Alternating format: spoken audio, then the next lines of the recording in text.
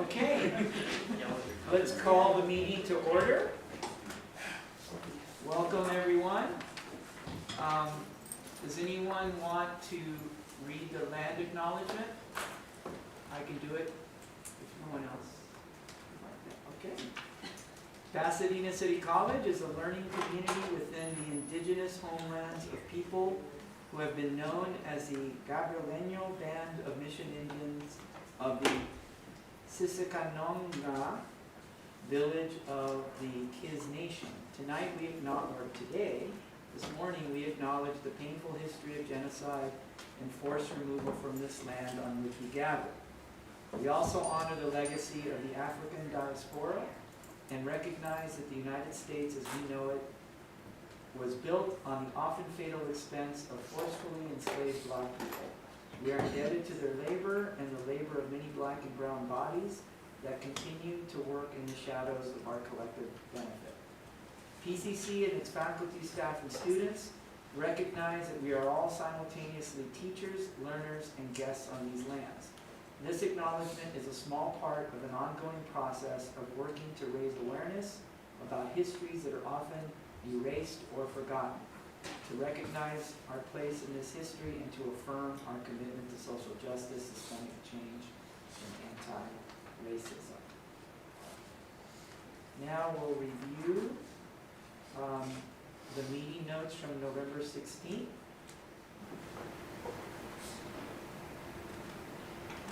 And I'll just need a motion to approve. So moved. Do I hear a second? Second. All right. All those in favor? Aye. All right. All those opposed? Okay, thank you. Okay, we have a very long agenda for today, but I did want to start out by first thanking everyone for all the work that you've done this last semester. I know it's been a challenging year, a complicated year, and I appreciate all that you've done. I did want to mention something that's not so positive, which is I was just got off a Zoom meeting with several legislative folks from Sacramento to discuss our budget, the state's budget. And as you've probably heard, the state's budget is, we have a significant, almost historic shortfall. And there are really two conversations.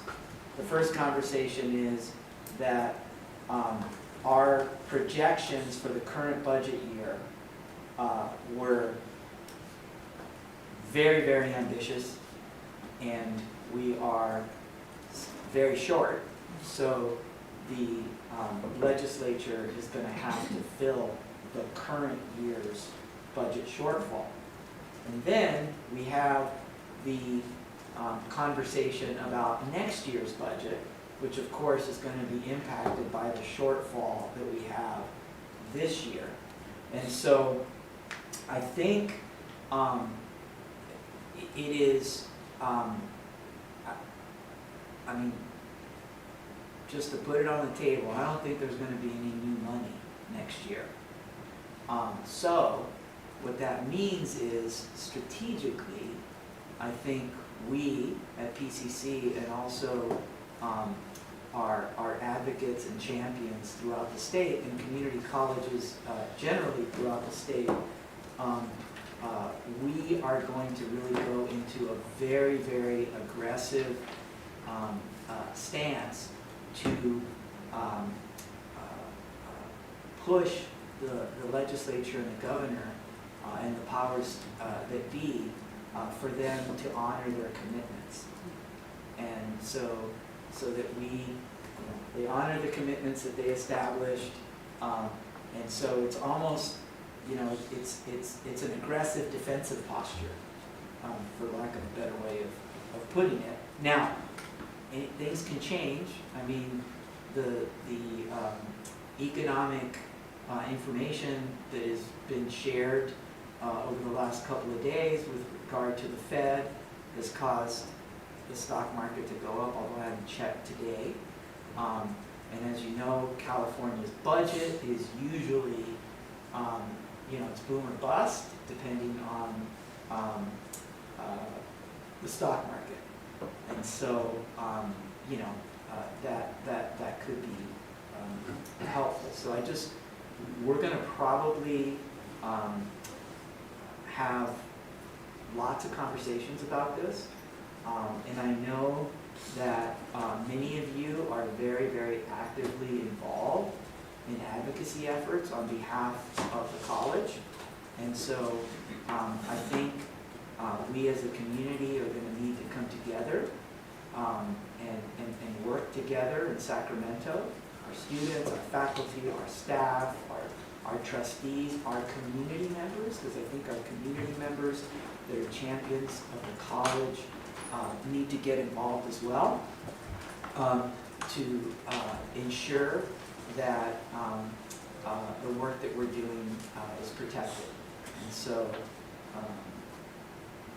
you know, we have that to look forward to in the new year. But I'm confident because I think we have a very powerful story to tell, not just at PCC, but also just generally our you know, community colleges generally. And so you know, when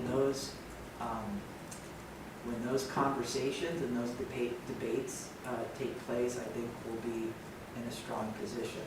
We also have another piece that will help mitigate the shortfall, and that is that the state has been incredibly responsible in maintaining reserve funds. And so, you know, we will probably be asking, you know, the rainy day funds. Well, if it's pouring, you know, it may be a good time to do that. And of course, Candace and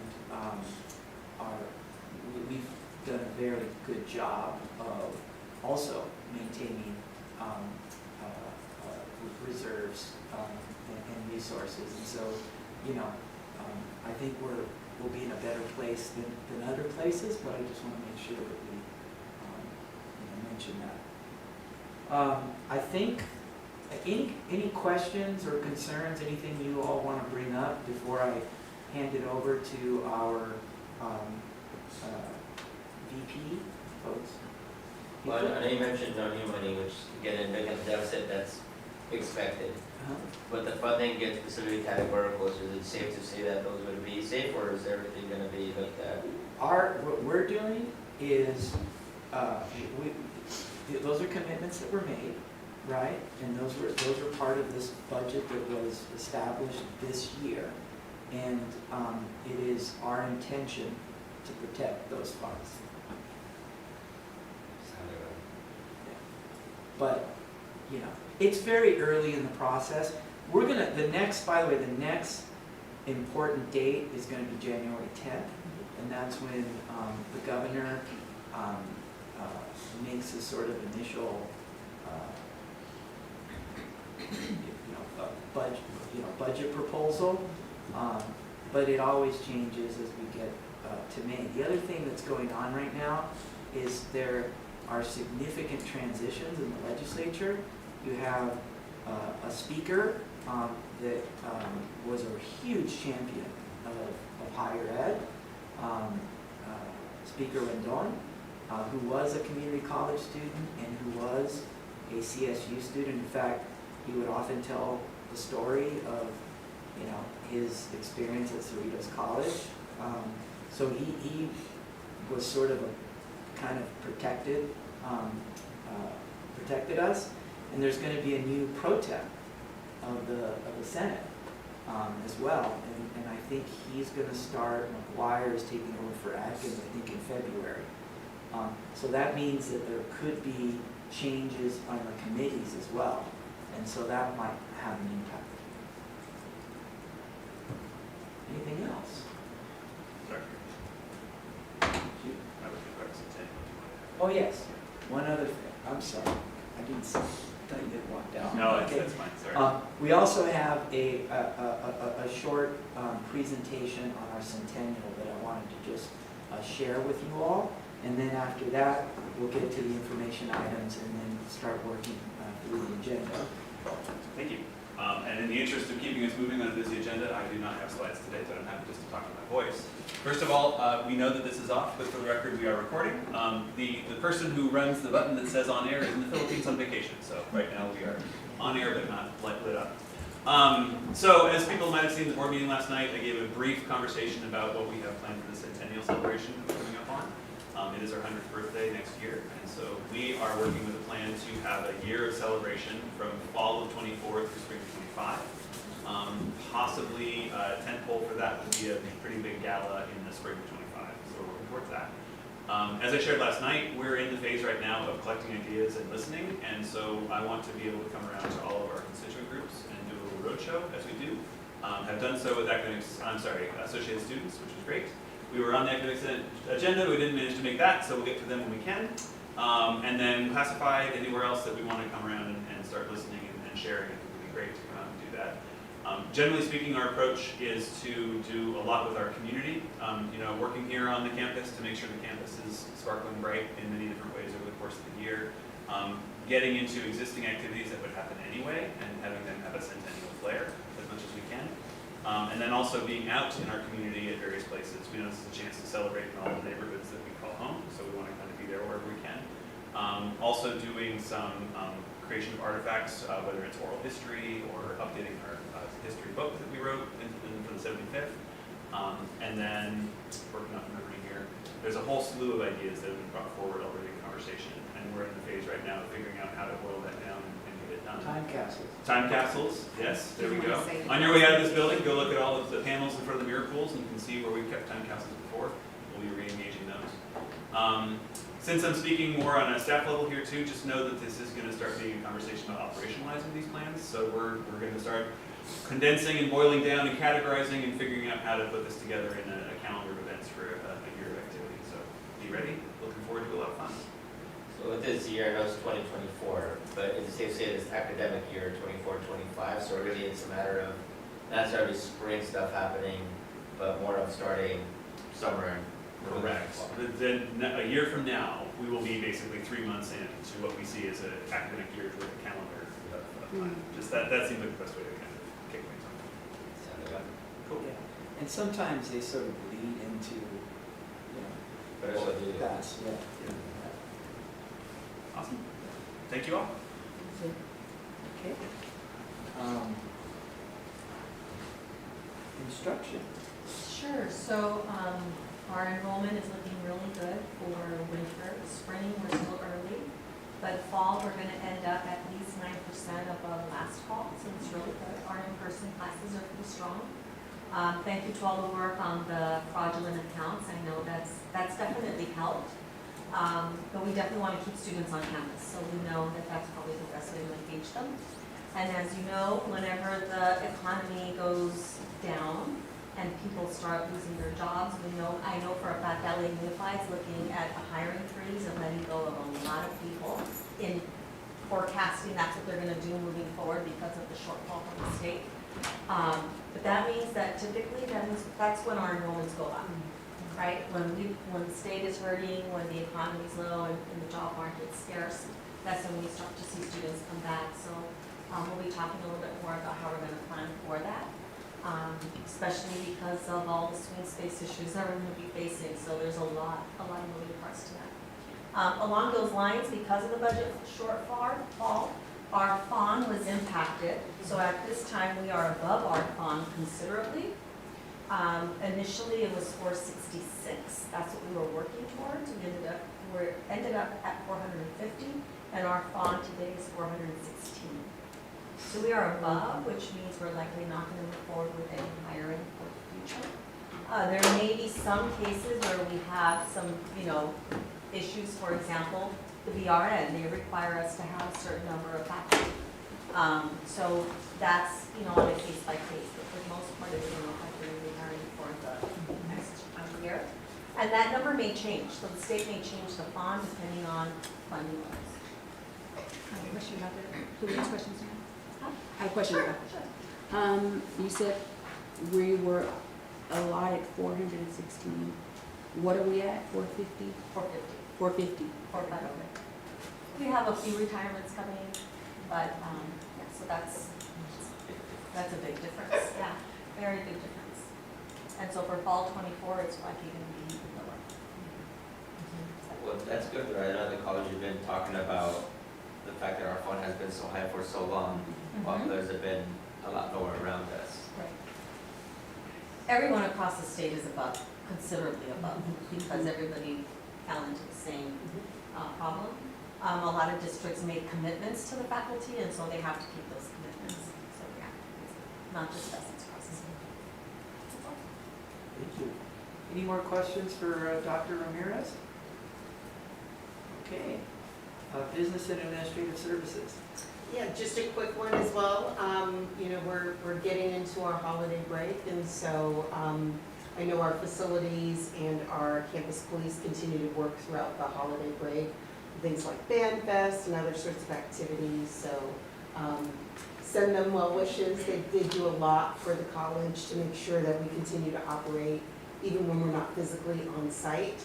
And then the next piece is just that this is our first winter in a bit of time, right? And so we're starting back classes. So as you're thinking about, the things that are needed, whether it be labs and, computer labs and what the things that need to be ready for January 8th, most of those are all in. But if you're thinking through, like, oh, wow, we forgot this or we've got that, just make sure that we get them to the operational areas, whether ITS, facilities, business and admin. I mean, we'll have food services and all those. We tend to diminish those when we get into that winter area, but now since we have a winter intercession, we will definitely be full staffed. But if there's anything that we have, since we haven't done it in a bit of time that we've just sort of forgotten, please just send it to the operational area and we'll make sure that we'll take care of that for our start of classes on January 8th. I'm not sure who does it, but is anything sent out to the students as far as like different hours in the library, different hours in the reading areas? Like, do they get anything? For winter, Yeah. we can send something out. I know on campus, they do post a lot. I send a welcome email at the start of term, so I can make sure they come out.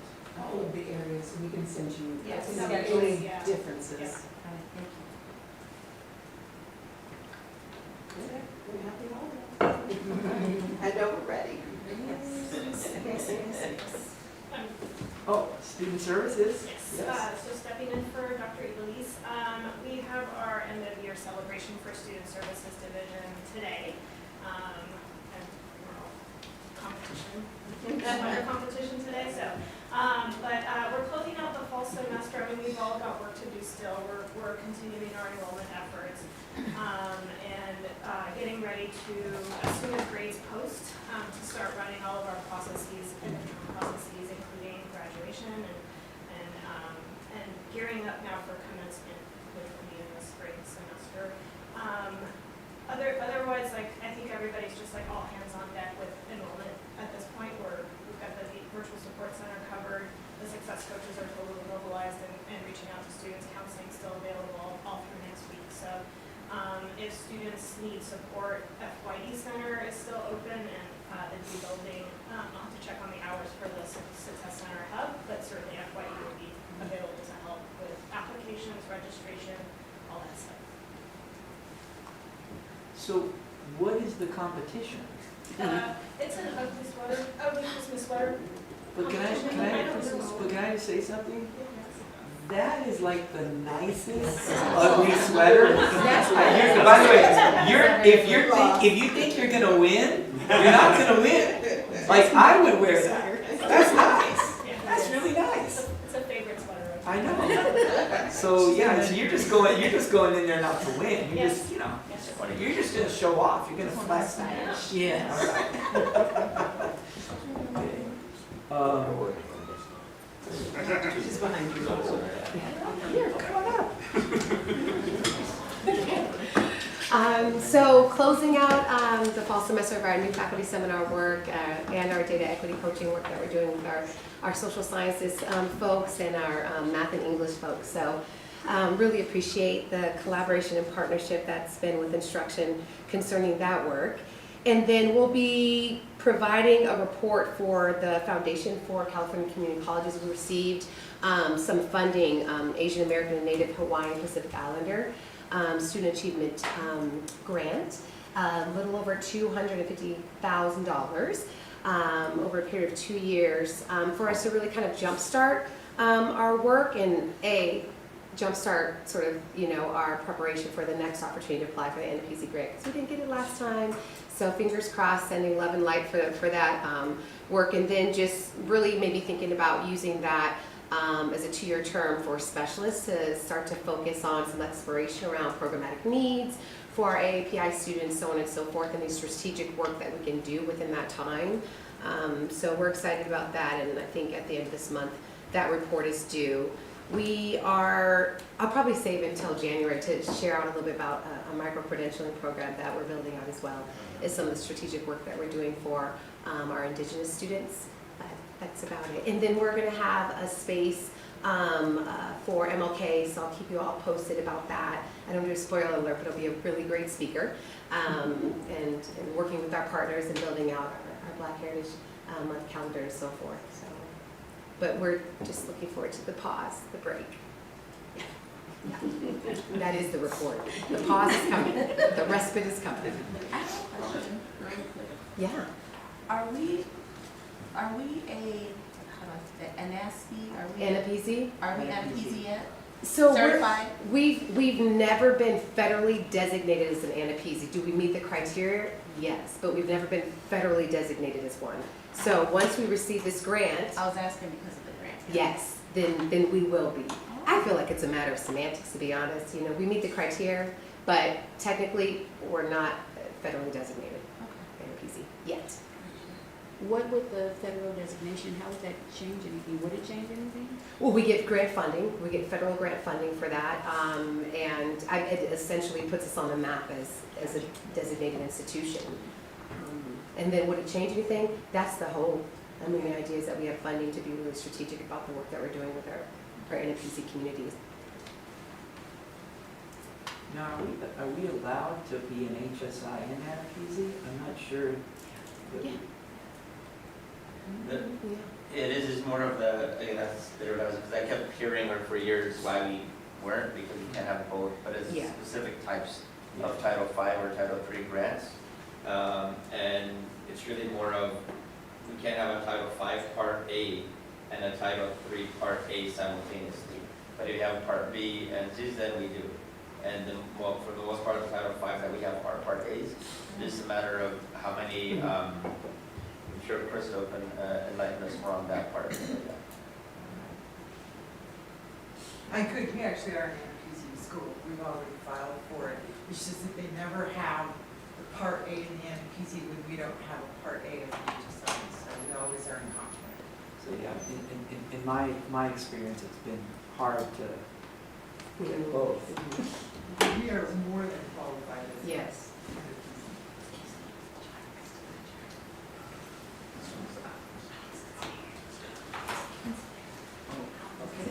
Our governance groups, any questions? No, okay. Our academic senate. Okay, so, Academic Senate, we've finally passed our liberatory goals. Yay, woohoo. And we're gonna be moving forward full steam with the projects that we have in mind, which I already told this group about. I'll just mention them really quickly. We're giving our cubes out to faculty along with our liberatory education goals. We're also, we have the form and the rubric that's going out for our ed talks on campus. We're working with the district to amplify the project and have a really great kickoff and just really try to institutionalize the program, which is amazing. So thank you, all of those who have a hand in that, Dr. Laura, Dr. Jose, Candace, VP Jones. So thank you for that. Our second edition of the real faculty newsletter will be coming out, I think this week or next week. And what we do in that is that we're updating the faculty on all of the APs and DPs that we passed in the Senate, as well as our goals. And the sign up for the Ed Talks are actually going to be posted in that newsletter. So thank you, Dr. Walker, for that, because it's beautiful. Also, we're working on protocols within the Senate to minimize the racist and sexist behavior that's been happening in our meetings.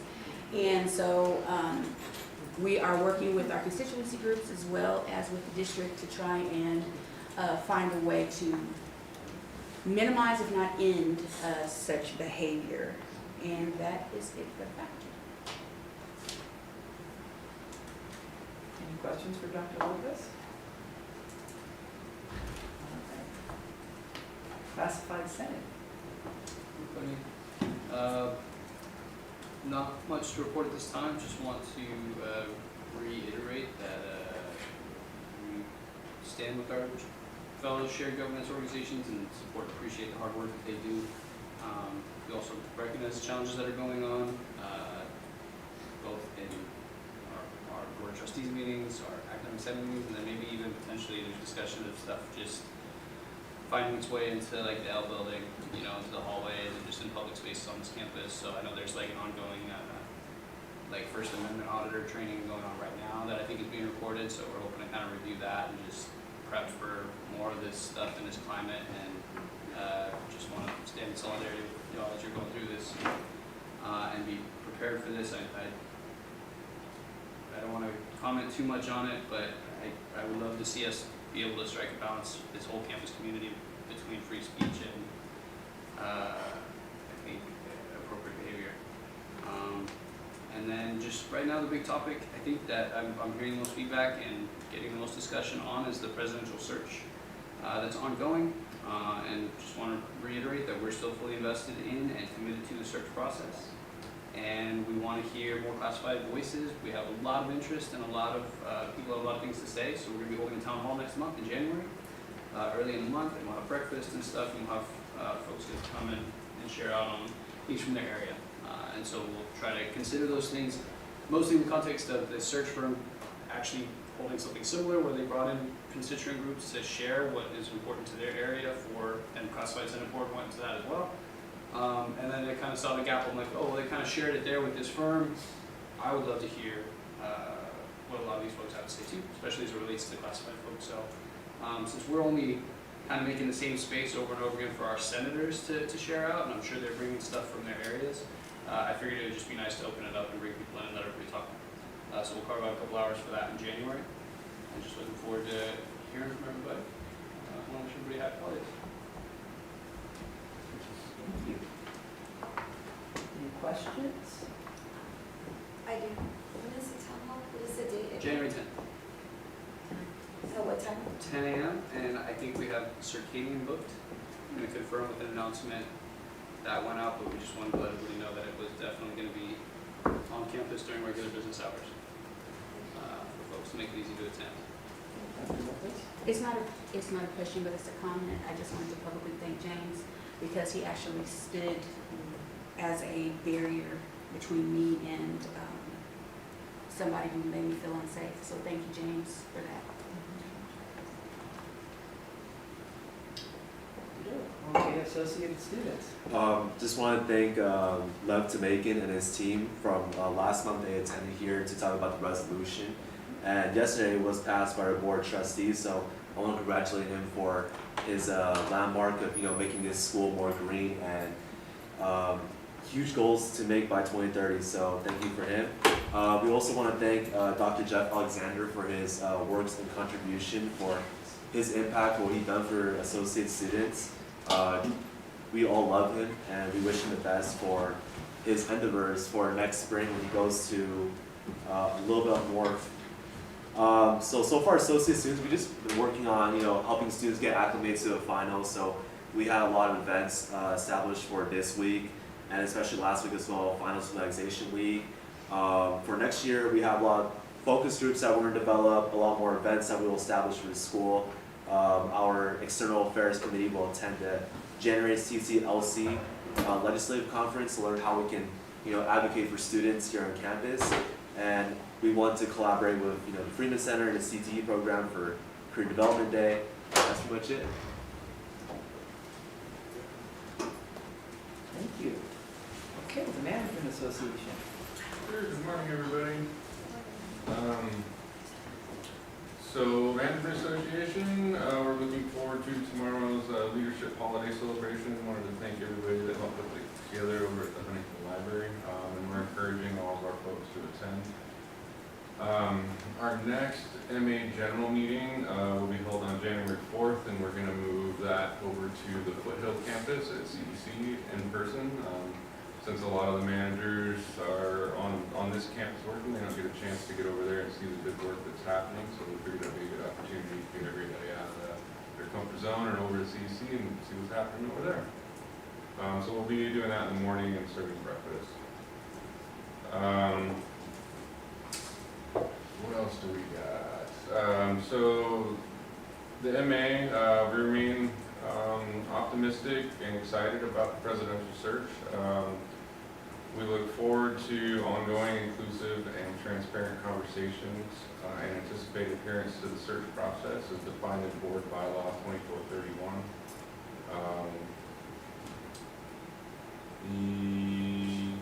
What else do I got? I guess being the end of the year, this is our last report out for College Council, so we want to wish everybody a happy holidays and a happy new year. Thank you, everyone. Okay. On to the discussion and possible actions. I think that's me. This is you, Megan. Yes. Hi, good morning. So the AP 3434 has been shopped around. All the different bodies have a chance to take a look at it and give their approval. So I want to extend my thanks to everyone who took the time to read through what I know is a very extensive policy, and for the questions and conversation that came through that. So I'm bringing it here today as a kind of a final step in that process with the hopes to finalize and approve the policy.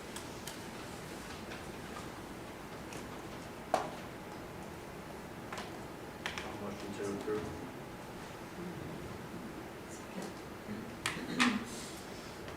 Second. With the motion is All those in favor? Aye. Opposed? Okay, motion passes.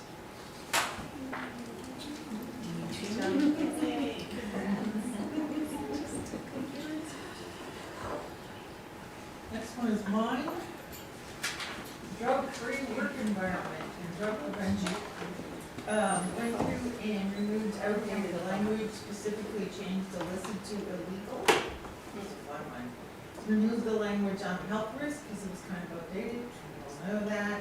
I added the language, which is no support right here, which is required by law on the need on opioid overdose and the need to supply Naloxone, especially because we have a student health services, it's required.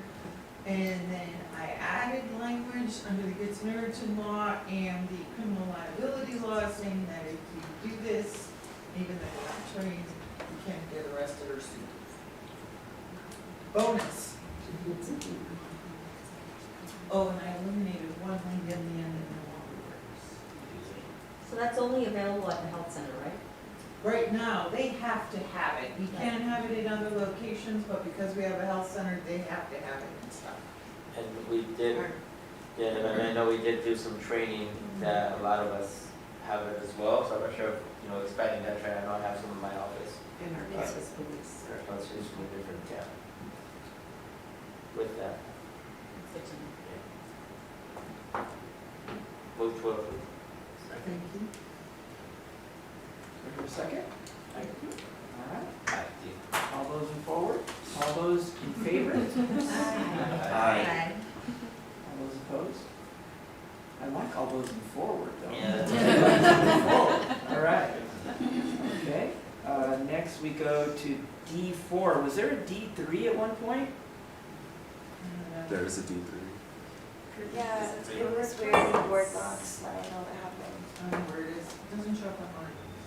We're gonna talk about prerequisites, co-requisites, and advisory on recommended preparation, this is the BP. Yeah. We just did, some softening of the language, so we say prerequisites are a vital component in ensuring appropriate preparation instead of meeting academic standards. We went away from careful scrutiny into a thorough process. No careful scrutiny for us. Motion to approve. Do I hear a second? All right, thank you. First and second, all those in favor? Aye. Any opposed? Motion passes. D5, This is BP 5035, withholding the student records. The laws have changed, so we just did a kind of a complete rewrite. The most important thing to know is we can no longer withhold transcripts or grades from a student. The only thing we can do is withhold their diploma if they have a financial obligation to the institution, and we have to notify them before we do that. Motion to approve. Second. all those in favor? All those opposed? Motion carries, thank you. And now we're on D6. This is AP 5925, recognition for student achievement. And if she will entertain this, I'll ask Sheila Sure, to talk about this. absolutely. So there was a really wonderful conversation in Senate and a suggestion, I believe it was by Tallene Sorokian, that we should not only have recognition for our full-time students, but also our part-time students should be able to earn honors, since the majority of our students are part-time. And a lot of them are working and have family responsibilities, so should definitely be recognized for that. We looked at what other part-time honors existed. The LACCD has had them for a while, and so we borrowed the language that they had available about being between 6 and 11 and a half units. We also had a wonderful suggestion from our faculty member from non-credit, Liliana Martinez-Kaufman, about allowing our high school diploma students to also earn Dean's Honors, so we added that as well. We also updated language about things being online, not, going to a physical office in order to find out about requirements. And then I believe we removed the honors at entrance, which was not an official honors category, but it's actually a scholarship that the foundation awards. And so that's something we just kind of informed the faculty about, that they should let their students know that if they're coming in with a high GPA from high school, they can apply for that scholarship. I have a question. Yes. Does the part-time, is it differentiated anyway on the transcript? That's a really good question. We're not at the point where we've figured out the logistics of this. So now, once this passes, then we'll reach out to A&R about how to do it. I'm not advocating for it, I'm just wondering, like, does it really make a difference on their transcript? I think probably it'll be obvious because the number of units is listed per, and then if it says Dean Honors and you can see how many units there are, then it's obvious that a student's part-time versus full-time. Motion to approve. Second. All those in favor? Aye. Opposed?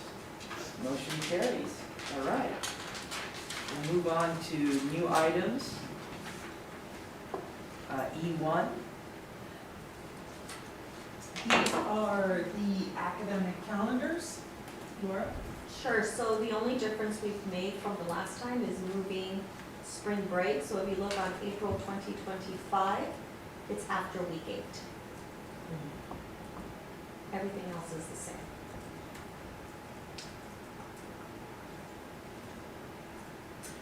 That was the case. The way it was approved originally, it was not. These have already been approved. So after this, it goes to the president to discuss with the FA. Thank you for also changing the language from winter semester and summer semester to intersession. This is 2026, is that just the same thing? Same thing, April 2026, spring break is now after week 8. I have a comment or just a ask. Is there any way we could go back to the old way this calendar was formatted, We can bring it back to the committee. please? This was a big discussion in trying to make it easy for students to know when the semester start and end. So that, we can talk about it again. Because I just think like, aside from being an employee, I think when I talk to students or even my staff, like it's very confusing. So, and then when I had the other one up there, like, how come it's different? I actually don't know why it was different, so why we moved to this way, so just my only answer. I think if I recall some of the conversation, can you scroll back up a little bit? Is that it shows exactly where each term starts and ends. That was the intent. So you have the exact start and end fall, winter, spring, and then again.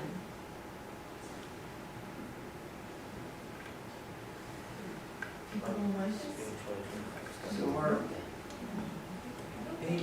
any more questions? Wait, I do have a question, but it has to do with the part, like the AP bill that you're talking about for student recognition, right? And I know like it's stated like in unofficial transcript, but will that be something that's been like, announced during like commencement or, at the end of year graduation? We publish Dean's Honors like a physical list somewhere, don't we, of all the students receiving, or no? Okay. Is that in the program? Yeah, it's on the program. In the program. Those are, it's an honor, one of the honors designations does show up on the commencement program.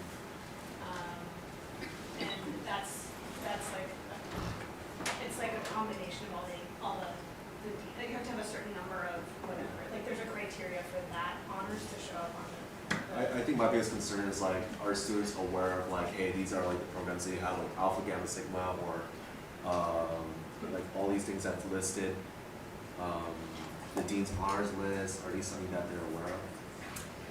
I think we definitely could do better at informing students about it, so we can work with faculty and ask them to share this information with students, so we could build it into things like JAM College One, so that students are made aware of it as they're coming into the college. So yeah, that's a great recommendation. We can work on that.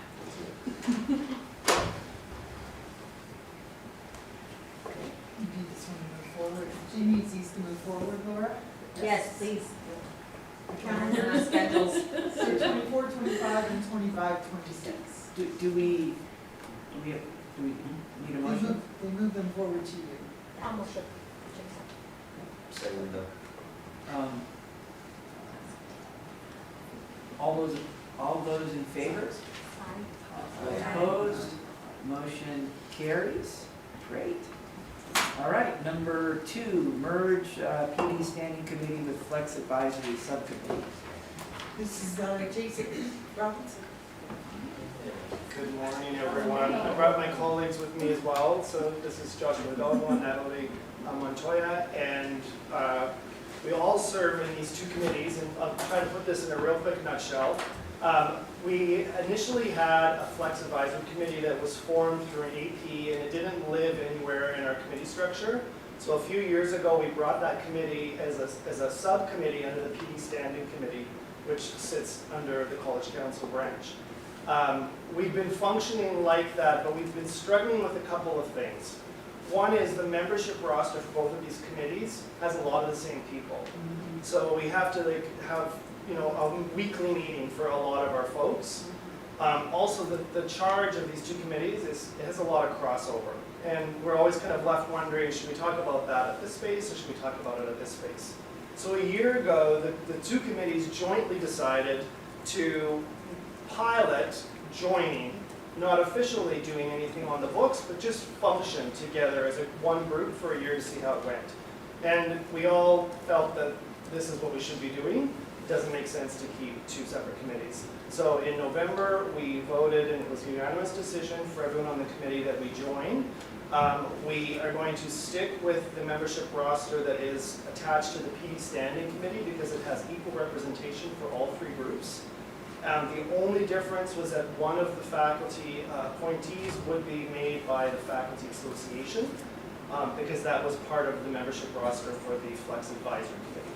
And faculty have a different relationship with Flex than the other two groups, so it was important for that to happen. We will commit to revisiting our charge now that we have officially joined in the spring, but we're basically coming here just to ask for your blessing and approval that we can function as one group moving forward. Motion to approve. Second. All those in favor? Aye. Opposed? Motion carries. Can I say something really quick?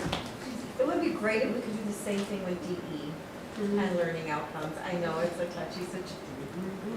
Yeah, one of them I believe is a Senate committee and one of them is a council. Oh.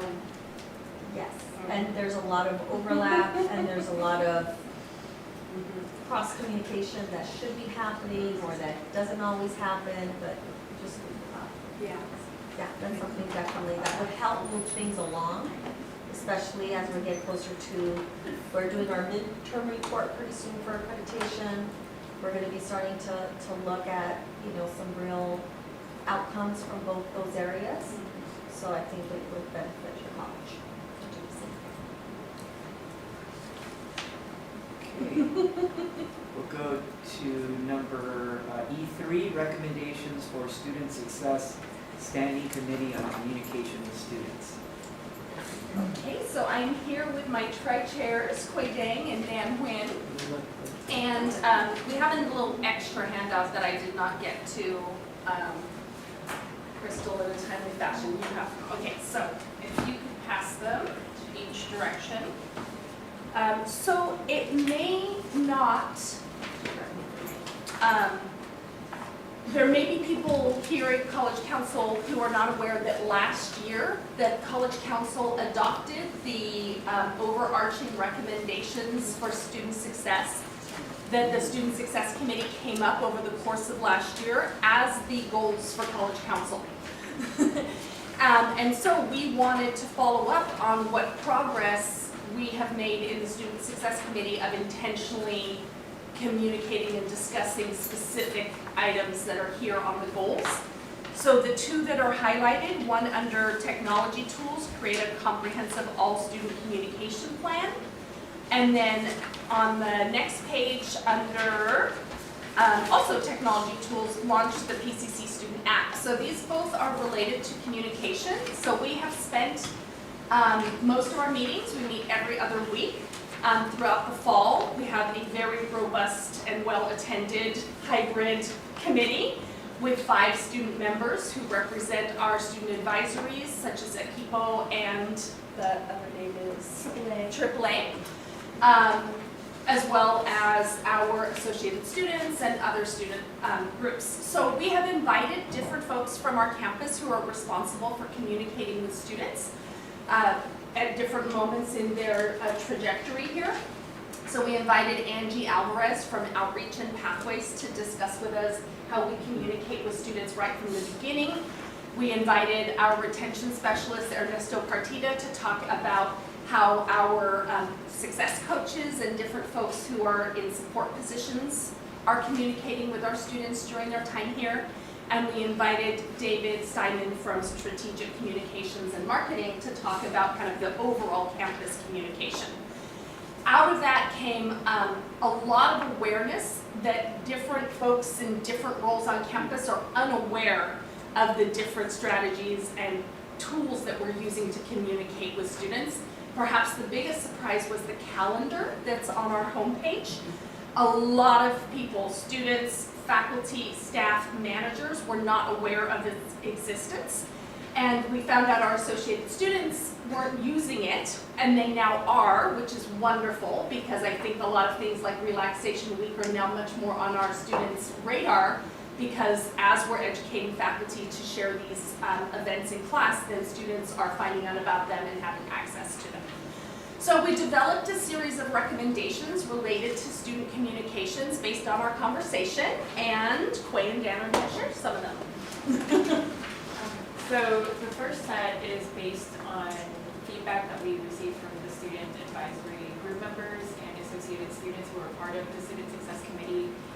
And essentially, it's that they want communication that is prioritizing their communities and are culturally relevant. So the recommendation that we had written up was that if we do focus our campus communication, one thing that we would ask and recommend is that we invite students to be a part of that conversation regarding how materials are created from the campus and how they're pushed out to an audience. So can we have students from each of the representative advisory groups be a part of the content building and the development of the messaging? Second to that is we heard from non-credit especially that in their division, a lot of these technology platforms that work well for their student body. And so how do we be more responsive in the way that we understand how students communicate with one another and how they connect with the campus?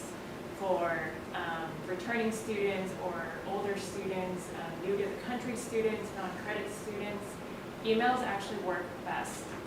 So when we're considering the way that we develop messaging and the apps that we're using, how do we actually center those students in particular? Because they may be left out of the technology that we're using as a campus and are assuming are commonplace when actually they're not. So responsiveness and culturally centering these students would be extremely important. And just the last thing under responsive campus communication, and something that Sheila has already touched upon, how do we establish a central location where we are delivering messaging? Because it can become extremely confusing, and we heard this not just from students, but from faculty and staff, is that there's so much information out there, and it's coming at us from different angles. So how can we centralize it in a way that it doesn't get lost and has, I think, the priority and oomph that we want it to have, versus like we see emails come through our inbox and we kind of just look the other direction, because then that message stays with us and it doesn't get translated and passed on to our students. So for the other two, I'll pass it on to Quay. So in the same spirit of our students really wanting this information, because what we're also hearing often is that we have so many services that students are hearing about them after the fact or when it's too late. And then what happens is then the service goes away because it's underutilized. And so one of the things that we talked about was creating some sort of campaign to really hone in on the platforms that we currently have, which is Canvas as well as the calendar. So one of the recommendations that we're hoping College Council can help us with is really moving forward with pushing for some sort of campus-wide awareness campaign on everyone utilizing that calendar as their first mode of communicating to all of campus. And I think in particular for faculty, because that is one thing that we have found is that most faculty are not sharing this with their students and are not utilizing the calendar, and they're not necessarily always knowing what all the services and events are on campus. So if we can create a campus-wide campaign, I think that will really benefit our students. One of the other things that are on the handout that we just shared with you are a lot of the recommendations that you had for last year, which are still relevant for this year. So we hope that you all, as a college council, can review them and look at what we can focus on this year and move forward, because a lot of the recommendations that we had last year were from us coming back from COVID, but as a committee, we realized that they still are very relevant for this year. So as you all have adapted our priorities from last year, we really hope that work carries on and there's attention and focus on them. And we are open to questions. Yes. This is like a little general, but like, what are the platforms that students engage with the most based on like your research and data? Like, what did you find out? Students always tell us Canvas because that's where they're going for their classes. And so they don't necessarily want to have to go to a different communication tool. but there's limits to who has access to Canvas, right? And so we did recently start using those kind of big messaging tools. I think, Laura, that you were the first person who started using that through instruction to message students about things about it's time to register, right? Like the really critical moments. But again, if you overutilize that, it becomes white noise, so we have to be really intentional about what we use. The same with text messaging. So, Miriam, can you remind me of the name of the tool that we use? Signalvine. But students can opt out of that. And so if you have multiple folks on campus using it, if they opt out of one, then they opt out of all of those communications. So we have to, again, be really careful how and who and how often those things are being used. Email, but we know that there's like a certain percentage, 30 to 40%. So again, how do we get students to forward campus emails to their personal email or their text? So there's many, many different ways, but those are probably the top 3 is email, Canvas. We found out there's a lot of Discord channels that are kind of like randomly being used. So we're going to do a thing with, we're going to pilot case loading tutors to English and math, first semester English and math classes with the intentionality of those tutors kind of creating a shared group messaging function among students and tutors so that that's not just accidental that some classes have a group message function and others don't. So we're working on it, but it's complicated. I have a question about the calendar, and this is probably more for TJ. So the calendar on Canvas, can we put things on there that are not class specific? So like the calendar that I put stuff on the calendar, it's only for my class, right? But can we put things on those calendars that are campus-wide? Like registration, like... My belief is yes, it has a setup similar to like an RSS feed where you can have publications or things that are broadcasted to that calendar and be displayed. Since my team is not managing the Canvas environment, I'd have to look at the setup to see how it's actually configured or established. But I'd definitely be interested in connecting with you all to work more with you on this initiative, because I think we have several projects that are kind of overlapping with each other and could definitely assist. Yeah, honestly, I'd like to add a perspective on this. So I think you're absolutely right. When there's so much information out there, I think it gets to a point where it's kind of like it's too much for like a simple like person or a student because like they have to navigate through so many different like websites. Like, oh, there's Lancer Life for organizations. We have an Instagram. There's like a website where we see our calendar, and I think like that type of thing, it's too much. And I think your idea of like having like a Canvas shell where you can post like many different like events that's going on. I think that's a lot easier, obviously, because you said students can access that the best. So if we just keep it simple, keep it one platform, I think that's ideally the best, in my opinion. I don't know how other students would feel it, but if we get like a push notification that, hey, we have maybe the music department's proposing, oh, they have a band, concert, if you want to join it. And you'll have students, select a list of interests of like, hey, what type of events do we want to be a part of? What do we want to see? Do we want push notifications from associate students? So this recommendation. So there's 2 things that, thank you, that's so helpful. One is our success coaches create a Canvas shell for students, and at this point every single student at PCC has a success coach. It used to just be first year students in Pathways. That is no longer true.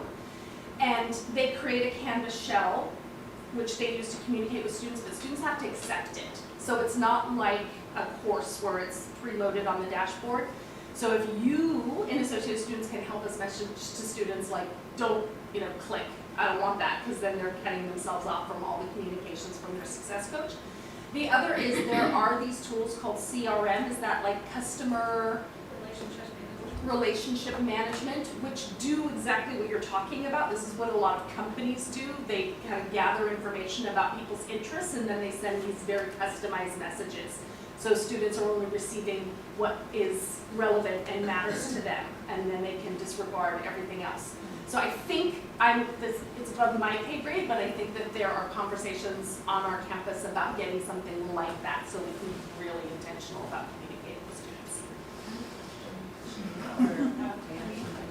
I know you mentioned the student groups, but I think, sometimes it's lost that there are students that aren't 24 years old. There's, everyone's here, right? And so I just wanted to know, did you get feedback from any non-traditional age students? Yes. Okay.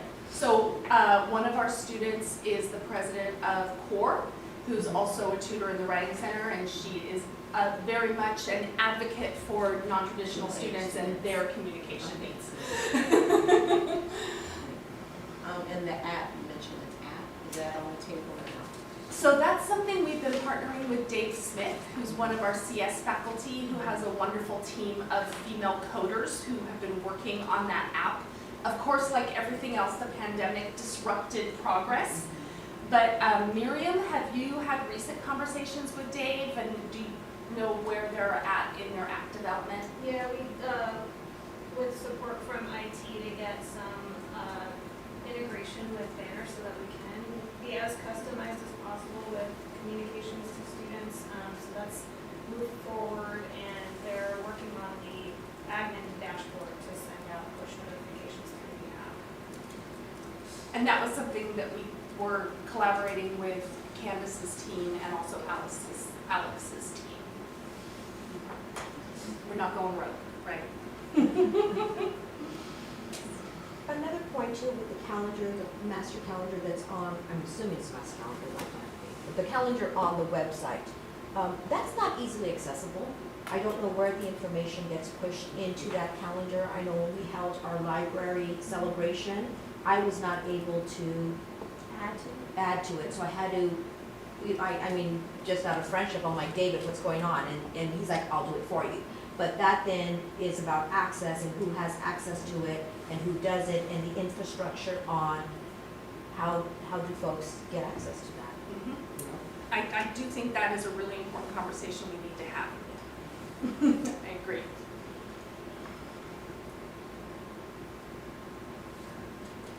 Anything more? Okay. No, but thank you for all your Thank you. input. All right. Do we Thank want you. to-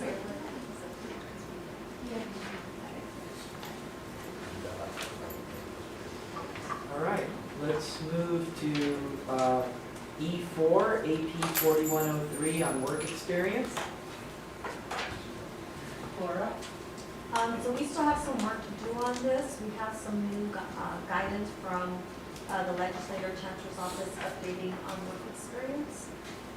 So this is the AP. Can you scroll down a little bit more? First of all, we want to remove all the cooperative piece. And actually, we're not done with this, Crystal. I think the curriculum chair and co-chair want to have a little bit more input as well. It's fine with me. Okay. Taking back to me. I have some more work to do on it. Cool. So does, We'll just pull it and bring it back. all right, let's move to E5, AP 4260. And this is the first read. It's, we did the BP, which was on its second read, but this is the first read on the advisories and recommended preparation. Again, it's a little bit of the softening of the language, saying nice things instead of mean things. Academic Senate, just changing a lot of terminology, getting rid of some of these sections we didn't really understand, because a lot of what we do in this task group is we have someone there from A&R who says to us, that's not how we do it anymore. So we have to go back in and make those changes. And then picking up this paragraph because we didn't really like it, and just because we don't like a lot of enforcing.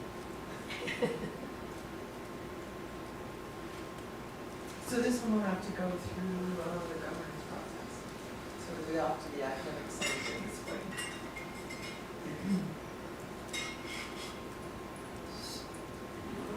So any questions on this? This is just a review, correct? Yep, this is the first read. Okay. So, announcements. No one's got any announcements on. Oh, well, we actually have a, again, one thing I know I gotta work on is inviting people to stuff we're doing. So we have a Foster Youth holiday party tonight.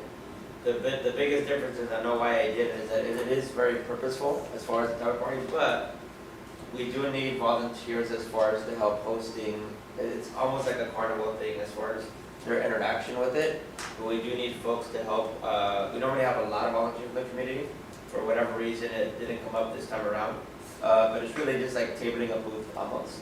So if anybody is available from 1500 to 1900, aka 3 to 7 p.m., come on down to the Circadian. We will gladly take your help. I have one tonight as well. The Ujima program is celebrating their mid-semester progress dinner. So students from their first year will come with their parents and family, and they will celebrate their first semester of college along with the rest of our cohort. So it's kind of like, it's not a formal celebration that happens at the end of the year, but we are still celebrating our students' progress. You all know, you don't have to. It's at 6. In the ESCC. No, in the Kirkland. Any more announcements? Well, I hope that everyone is safe and healthy during the holiday season, and I hope you are able to get away, take a break, and I think many of you we will see tomorrow as well at the Huntington. Maybe not people, okay? All right. We'll note that. I thought you were catering. Anyway, well, happy holidays and thank you. Thank you.